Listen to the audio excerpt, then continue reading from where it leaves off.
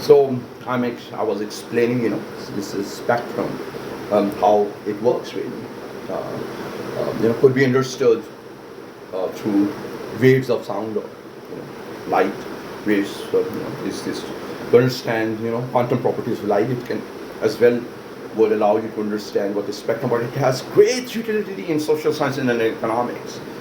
I mean, this our evolutionaries would suggest that our evolution is based a lot on cognitive enlightenment, which is light, which is enlightenment is light, and we know, that it's in our solar system, it is the sun which would shine so brightly every part of the world, for at least 12 hours a day. So, what is this utility in economics? I mean, spectrum is, top-down approach or bottom-up approach. Bottom-up would mean that you focus, there are certain focal points, and that would define leadership, hierarchy, top management, entrepreneur who would own the large business. Or it could be a philanthropist. It could be, a vice chancellor in a university, or it could be the bureaucratic structure, which will provide bureaucratic leadership to the country, or it could be the leadership of security apparatus, or it could be democratic, it could be parliament, and then it could be defined through the role of the prime minister and his cabinet. So there are this is what needs to be understood is it is so simple to then know is economics of it. What spectrum would do is this pyramid thing, this confusion, this travesty of time. Whereas once you understand what a spectrum would really mean, it would mean a lot not only in mathematics and engineering, but in economics as well, is that how you would define your role as a leader and then would define your responsibilities. So one-to-one correspondence is there, but then how you will like to influence by creating a spectrum, a spectrum which has a wider impact, which can only be identified through drawing a vertical line and a horizontal line in space within it and plotting that influence. Whereas alphabets would be more, meaningful to then derive languages, and which can be spoken, expressed, shared. Now, this is the spectrum, this top-down and bottom-up approach, would then define economics through simple notions of providing justice to everybody, providing economic prosperity to everybody, improving GDP per capita, providing health and education facilities to everybody, providing or creating a market structure which can, through market processes and interaction between markets and society, would then provide all these facilities and would create a sustainable system of economic progress, influencing more and more people. But then that's just an idea. It all starts from an idea, a book. Adam Smith has written a book. But then that would remind me something else. That how religious thought is really constructed, and then when I got another reason. But then while I say that the story of economics really started, story of science, economics, technology really started in Middle East, really spectacular. And especially, I'm not a great expert in Christianity, but yes, Abrahamic religions, including Judaism, Christianity, and Islam, included in this enlightenment. And you, if you know more about it, you can provide greater argument. You can be Muslim.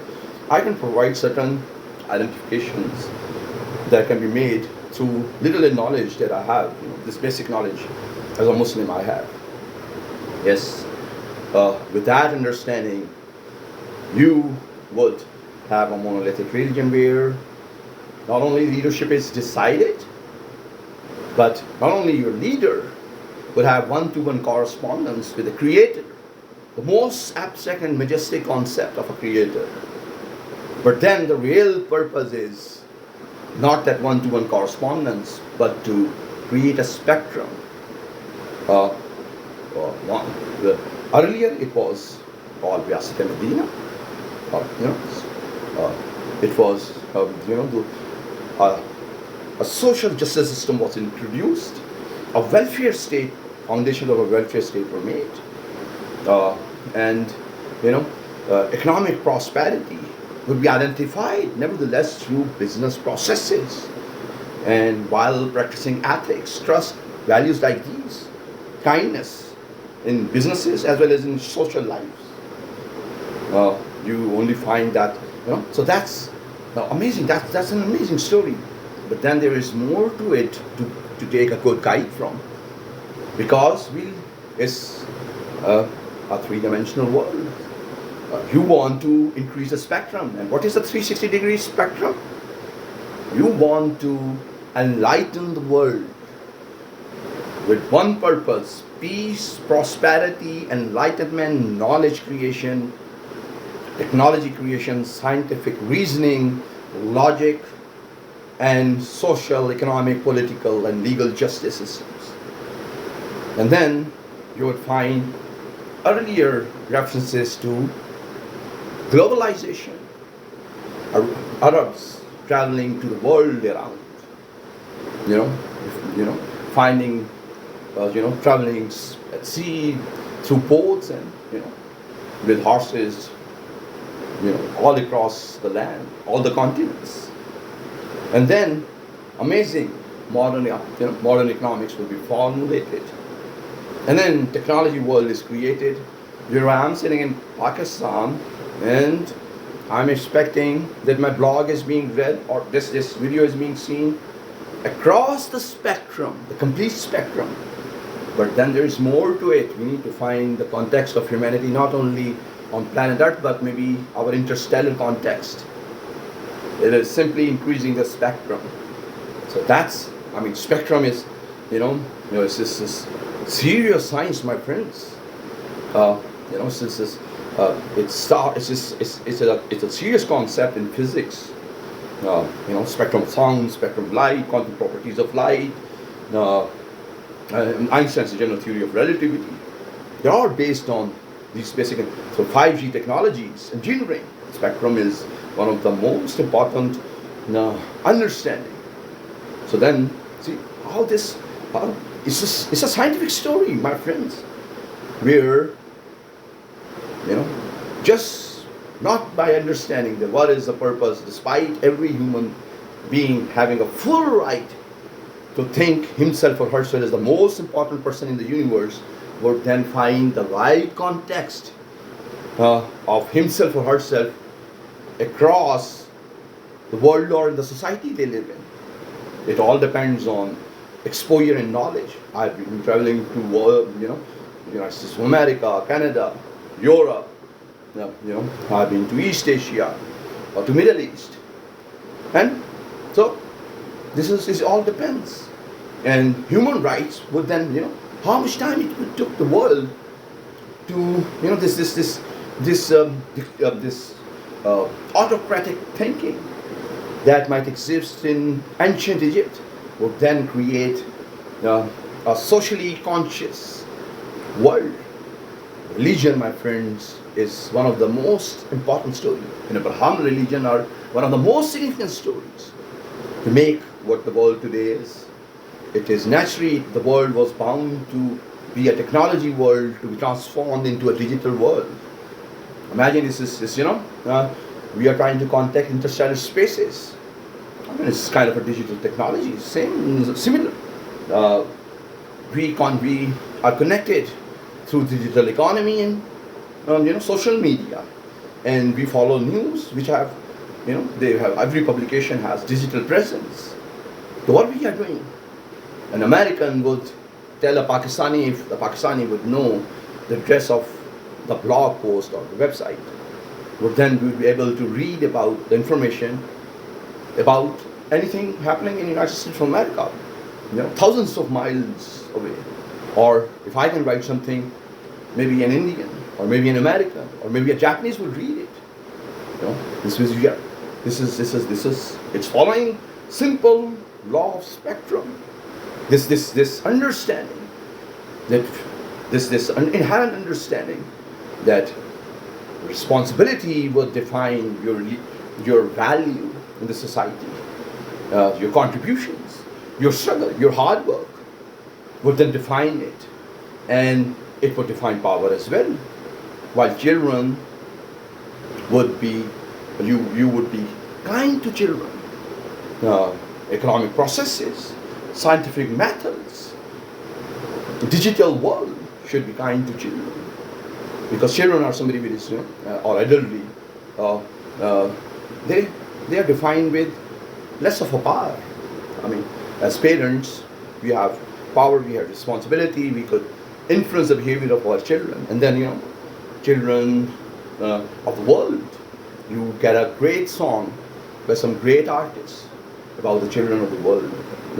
Listen to Hold On, Children of the World. This is one young boy's journey to space. Trying to build up a rocket through few things he had in his room. So it's amazing. It's an amazing story. So leadership, and you have to contextualize it. And when we say Prophet Muhammad, peace be upon him, is the final and last prophet of Allah Ta'ala, peace be upon him, Hazaron Durood Sharif, Hazrat Sallam par, it means something. It is a very refined idea, well thought out idea. And then leadership is defined in many other phrases: political leadership, military leadership, entrepreneurial leadership, academic thought leaders. And what you understand, with the example that I am a focal person, being an academic, I can be a great focal person for a conference, organizing and gathering few hundred people. Maybe they are all economically well off.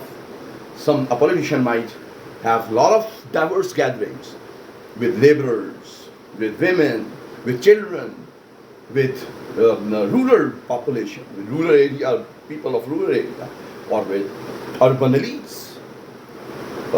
Whereas, so these interactions are important. The lesson is to make them wonder, how would it take us so many centuries and thousands of years to then establish this concept of rule of law and human rights and freedom? My friends, it seems to be that our cognitive intelligence, as far as it is concerned, enlightenment, absolute enlightenment was there. And especially, if you want to understand enlightenment, you need to know men and women of religion, my friend. Being a Muslim, I should know about last and final prophet of Allah Ta'ala, Prophet Muhammad, peace be upon him.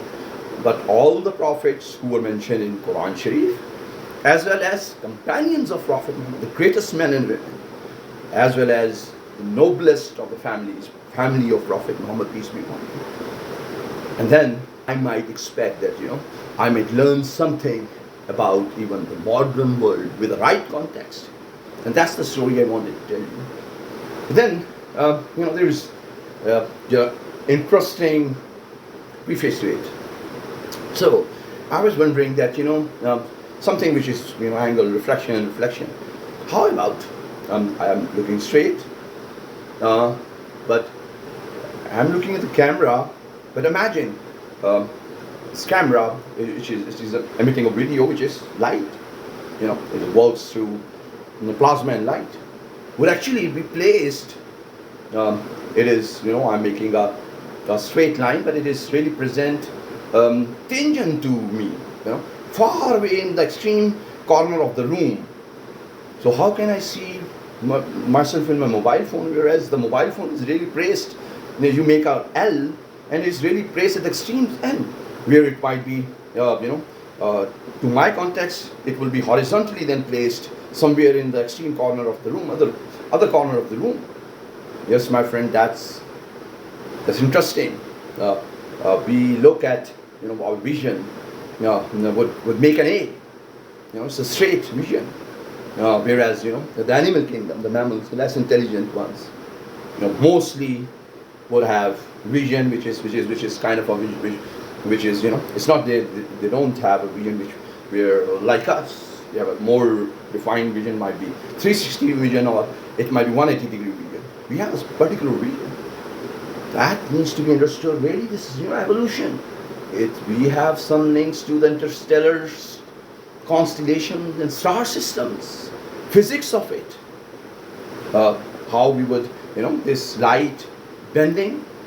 So what a vision would make an L. If for example, James Webb Telescope must be looking inside the clouds by identifying the opaque and identifying it through making an L. Or what I'm saying is, physics of horizontal and vertical line, two-dimensional space, to then get a lot of data from different constellations, to then really know how would really light of the universe inside the universe would behave when you're talking about constellations or when you're talking about star systems. That's an interesting physics. And it would even define evolution, but most importantly, my friends, it would talk something spectacular about intelligent life.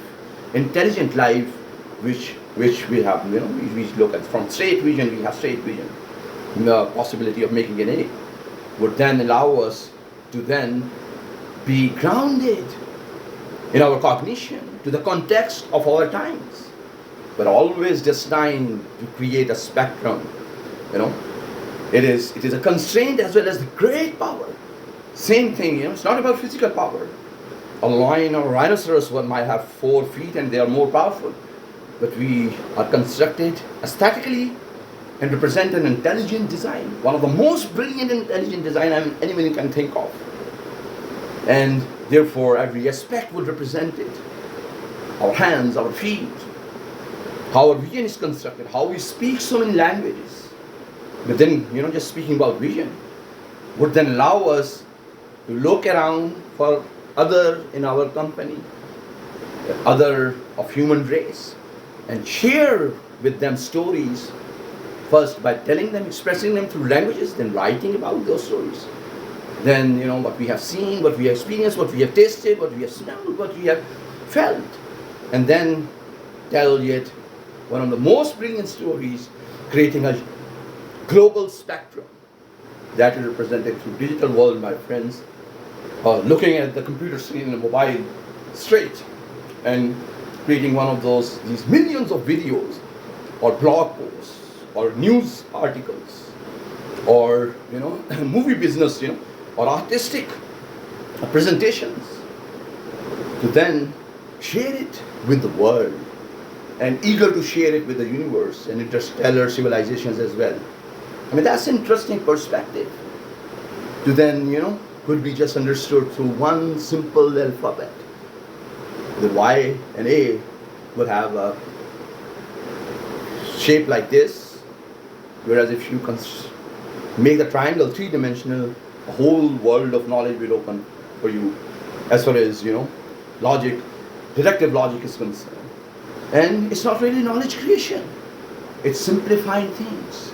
It's trying to motivate being a teacher that, for the most scientific society, spiritualism is as grounded, as important, as valuable as technology itself would be.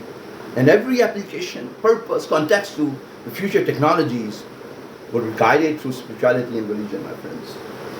So, imagine James Webb Telescope would make a trajectory of reflection and refraction to then find stars through identifying how their light will reach to James Webb Telescope. And of course, this is not only about focusing any random point in the vast universe, but as well as playing with diffraction and reflection, and then making opaques, triangles, and then there's a brilliant so in reference to my previous videos, Tesseract video especially.